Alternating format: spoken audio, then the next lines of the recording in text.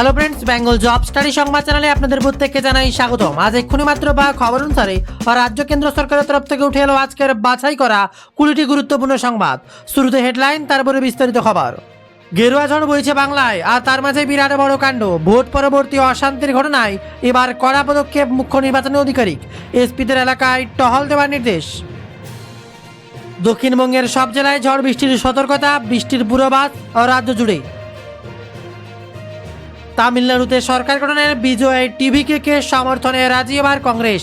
মন্ত্রিসভার পদ চাইতে পারে দল। ভোট পরবর্তী হিংসায় জর্জরিত বাংলা, চাচা চিন্তা করবেন না, রং না দেখে ব্যবস্থা নেওয়া হবে। মুসলমান পরিবারের বাড়িতে বিজেপি প্রার্থী জগন্নাথ এবার শান্তির বার্তা সজলু। ভোট পরবর্তী হিংসা রুখতে এবার কড়া পদক্ষেপ বিজেপির একের পর এক কর্মী। শ্রমিক ভট্টাচার্য এবার কঠোর হওয়ার নির্দেশ দিয়েছে প্রশাসনকে। আমরা সিপিএম এর পার্টি অফিস দখল করিনি, ভোটে জেতার পরই বিজেপির অত্যাচার শুরু করেছে। হারের পর মুখ খুললেন বাংলার মুখ্যমন্ত্রী মমতা বন্দ্যোপাধ্যায়।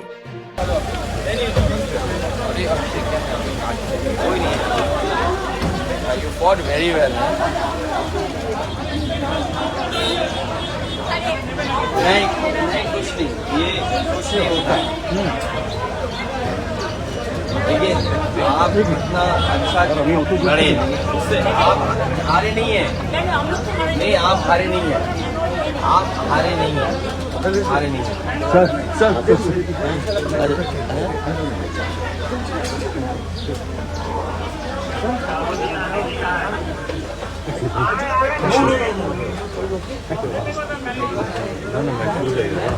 ভোটে হারার পরও পদত্যাগ না করার সিদ্ধান্ত বাংলার মুখ্যমন্ত্রী মমতা বন্দ্যোপাধ্যায়। আমরা জিতেছি, আমরা হারিনি, কেন পদত্যাগ করতে যাব? হেরেও যদি গদি ছাড়তে নারাজ বাংলার মুখ্যমন্ত্রী মমতা বন্দ্যোপাধ্যায়, আর তাতেই কি সিদ্ধান্ত নেবে প্রশাসন? কাউন্টিং সেন্টার হাইজ্যাক করে নেওয়া হয়েছিল, ভোটে হার জিত আছে, কিন্তু আমরা হারিনি, জোর করে দখল করেছে। বিস্ফোরক অভিযোগ এবার মমতা বন্দ্যোপাধ্যায়। সেই সঙ্গে তিনি ভোটের হার নিয়ে ফ্যাক্ট ফাইন্ডিং টিম গঠনের ঘোষণা। বাংলায় পরবর্তী মুখ্যমন্ত্রীকে এবার অমিত শাহকে বাছার দায়িত্ব দিল বিজেপি। বিজেপির পরিষদীয় দলনেতা নির্বাচনের জন্য রাজ্যে আসছেন অমিত শাহ। বিজেপির পরিষদীয় দলনেতা নির্বাচনের জন্য পর্যবেক্ষণ অমিত শাহ এবং সহপর্যবেক্ষক ওড়িশার মুখ্যমন্ত্রী মোহন চরণ মাঝি। বিজেপির জয়ী প্রার্থীরা কে কোন মন্ত্রী হবেন, কোন কোন দপ্তর কে পাবেন, তা নিয়ে শুরু হয়েছে জল্পনা। বিজেপির নতুন সরকারের শপথ গ্রহণ অনুষ্ঠানে থাকতে পারেন প্রধানমন্ত্রী নরেন্দ্র মোদী, থাকতে পারেন বিজেপি শাসিত রাজ্যের মুখ্যমন্ত্রীরাও, এমনই খবর সামনে। পশ্চিমবঙ্গের বিজেপির পরিষদীয় দলনেতা নির্বাচনের জন্য পর্যবেক্ষক নিযুক্ত করা হয়েছে কেন্দ্র স্বরাষ্ট্রমন্ত্রী অমিত শাহকে।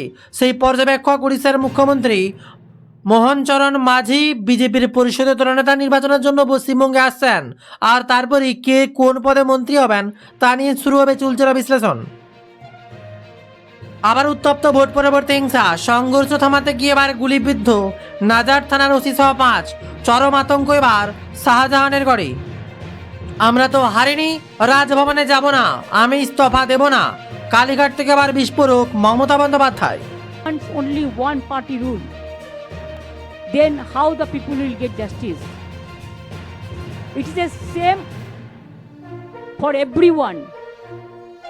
The wrong message is going to the world that you cannot fight democratically.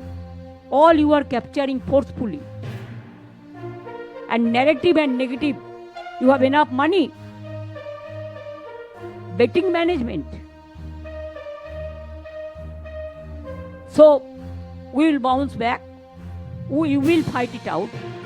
We only want to request you, don't show us, but please see that atrocities is stopped. It should be our request to all of you. Because you media is also, I know I don't blame the journalist, but they control the media. So reality bites that we don't say the truth. If you don't tell the truth, then you have to opt the other way, so that message should go to everyone peacefully. But our voice, we have so many system nowadays. World is one. So we will be fighting for that. This is only our আসছে একের পর এক বিস্তারিত খবরে। সামনে স্পটে হয়েছে বাংলার ভবিষ্যৎ। এবার বাংলার ভার রাজ্যবাসী তুলে দিয়েছেন ভারতীয় জনতা পার্টির হাতে। সোমবার ফলাফল স্পষ্ট হতে শোনা যাচ্ছিল বিকেলে লোকসভায় গিয়ে মুখ্যমন্ত্রী পদ থেকে ইস্তফা দেন মমতা বন্দ্যোপাধ্যায়, কিন্তু রাত গড়ালেও তিনি লোকসভায় যাননি। মঙ্গলবার কালীঘাট থেকে সাংবাদিক সম্মেলন থেকে সাফ জানান তিনি হারেননি, চক্রান্ত করা হয়েছে, তাই ইস্তফা তিনি দেবেন না, তাই রাজভবনেও যাবেন না। তাকে ইস্তফা দেওয়ার নির্দেশ দেওয়া হলেও তিনি তা করবেন না বলেই সাফ জানিয়ে দেন বাংলার মুখ্যমন্ত্রী মমতা বন্দ্যোপাধ্যায়। অর্থাৎ পরাজয় কোনোভাবে মানতে নারাজ বাংলার মুখ্যমন্ত্রী মমতা বন্দ্যোপাধ্যায়। তিনি বারে বারে বলছেন ভোট লুট করা হয়েছে, কোনোভাবেই ঠিকঠাকভাবে গণনা হয়নি। 100টির বেশি আসনেই জয়লাভ করতো আরও তারা, 100টা আসনে এরম কারচুপি করা হয়েছে। অভিষেক বন্দ্যোপাধ্যায় বারে বারে বলছেন ক্ষমতা থাকলে 12টা থেকে 6টা অবধি যে কোনো 10টা জায়গার সিসিটিভি ফুটেজ দেখান। বিরাট বার্তা অভিষেক বন্দ্যোপাধ্যায়ের। তবে বাংলার মানুষের প্রশ্ন থেকেই যাচ্ছে, বাংলায় গেরুয়া শিবির ক্ষমতায় এলে কোন কোন প্রকল্প বাংলার ঘাড়ে ঝুলবে। এবার বিরাট বড় খবর, বাংলায় আসবে আয়ুষ্মান ভারত। কেন্দ্রের স্বাস্থ্য বিমার আয়ুষ্মান ভারত এই প্রকল্পের অধীনে দরিদ্র সীমার নিচে থাকা পরিবারগুলো প্রত্যেক বছর 5 লক্ষ টাকা করে সুরক্ষা পাবেন। সোমবার বঙ্গ বিজয়ের পর দিল্লিতে বিজয়ের সদর দপ্তরে ভাষণ দিতে গিয়ে প্রধানমন্ত্রী বক্তব্য ছিল, বাংলার মহিলারা এখন একটা নিরাপদ পরিবেশ পাবেন, যুবকরা কর্মসংস্থান পাবেন। প্রথম মন্ত্রিসভার বৈঠকেই আয়ুষ্মান ভারত প্রকল্পকে সবুজ সংকেত দেওয়া হবে। আর রাজ্যে এতদিন মমতা বন্দ্যোপাধ্যায় সরকার তরফ থেকে সমতুল্য প্রকল্প ছিল স্বাস্থ্যসাথী। বাংলার প্রতি পরিবারের মহিলা সদস্যের নামে এই কার্ডের মাধ্যমে চিকিৎসায় 5 লক্ষ টাকা পর্যন্ত ছাড় পাওয়া যাবে। চালু হবে আরও এক প্রকল্প, জল জীবন মিশন। ট্যাপ কলের মাধ্যমে প্রতি ঘরে ঘরে জল সংযোগের প্রকল্পের আওতায় প্রস্তাব জমা দিয়ে নথিপত্র তৈরি দেরি হওয়া রাজ্য 2019 থেকে 20, 2023 থেকে 24 সালের কেন্দ্রে বরাদ্দ 24,645 কোটি টাকা 53% ব্যবহৃত হয়েছে। এবার ডবল ইঞ্জিন সরকার এই প্রকল্পের সুবিধা পেতে পারেন রাজ্যবাসী। এতদিন ঘরে ঘরে নলবাহিত জল সরবরাহ হতে রাজ্যের তৃণমূল সরকার অধীনে, তবে এবার প্রতি ঘরে তা পৌঁছে দেওয়া ছিল তৃণমূলের নির্বাচনী প্রতিশ্রুতি। এবার তা পূরণ করবেন প্রধানমন্ত্রী নরেন্দ্র মোদী জল জীবন মিশন প্রকল্পে। আসবে প্রধানমন্ত্রী আবাস যোজনা। এই আওতায় নির্দিষ্ট আয় করা পরিবারের মাথার উপর ছাদ গড়ে দেয় কেন্দ্র। বাংলার সমতুল্য প্রকল্প বাংলার বাড়ি। এখনো পর্যন্ত এই আওতায় শহর ও গ্রামাঞ্চলের লক্ষ্যমাত্রা বেশিরভাগ কাজ হয়ে গিয়েছে, বাকি রয়েছে খানিকটা। ক্ষমতা এলে সেই কাজ সম্পূর্ণ করে প্রতিশ্রুতি ছিল তৃণমূলের। তবে এবার প্রধানমন্ত্রী আবাস যোজনার সুবিধা পেতে চলেছেন রাজ্যবাসী।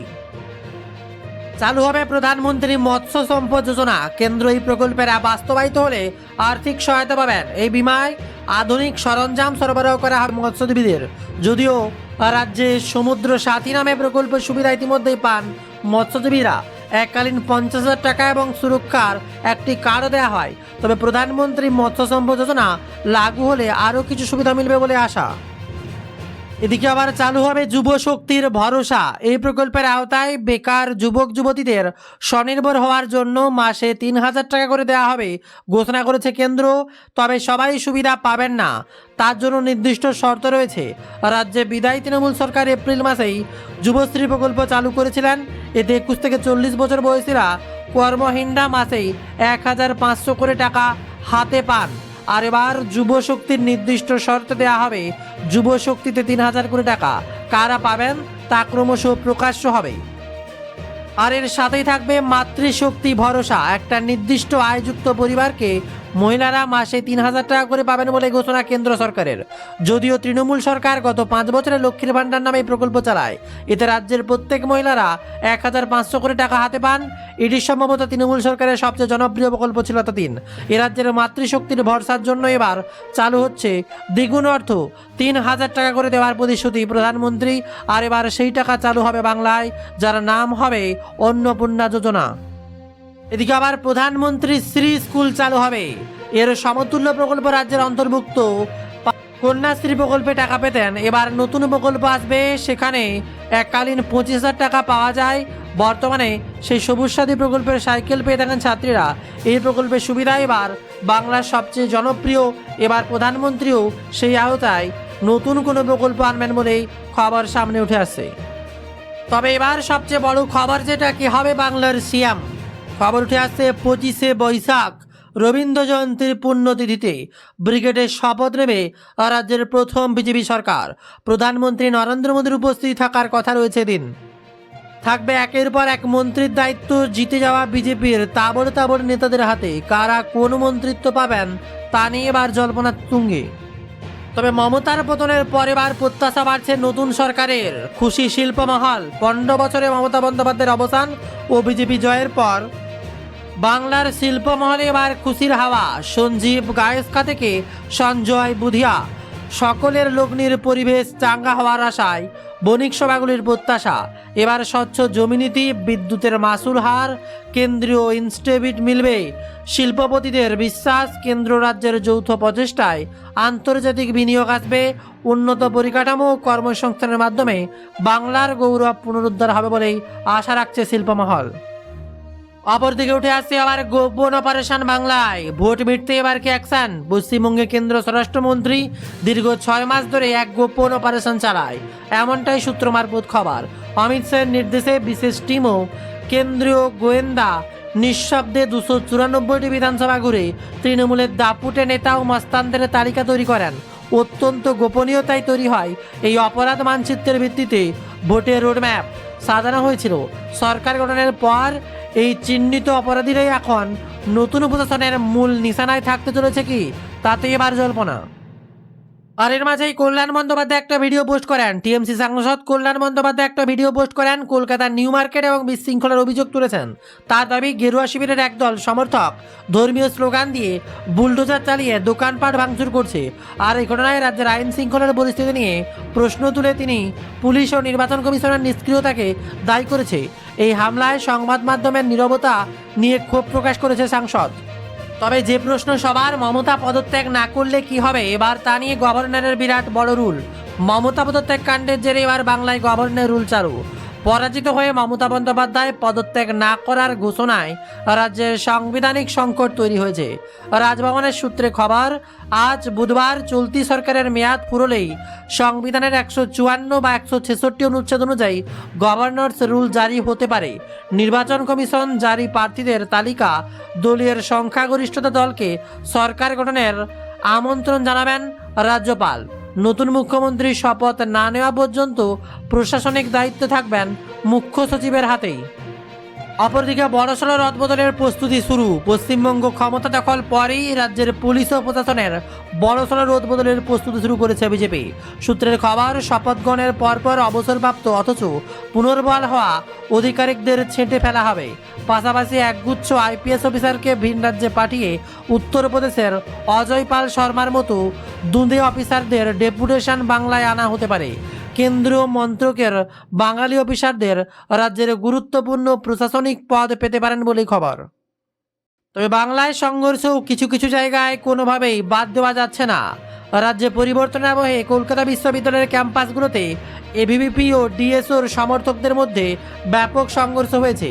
ডিএসওর অভিযোগ, এবিভিপি কর্মীরা তাদের ব্যানার ছিঁড়ছে এবং প্রতিবাদ করায় এক ছাত্রের মাথা ফাটিয়ে দিয়েছে। অন্যদিকে এবিভিপির দাবি, তারা দেশবিরোধী স্লোগান প্রতিরোধ করছে। রাজবাজার সায়েন্স কলেজ এবং আশুতোষ কলেজে উত্তেজনা ছড়িয়েছে। আর এই ঘটনায় বেশ কয়েকজন আহত হয়ে ছাত্র হাসপাতালে চিকিৎসাধীন।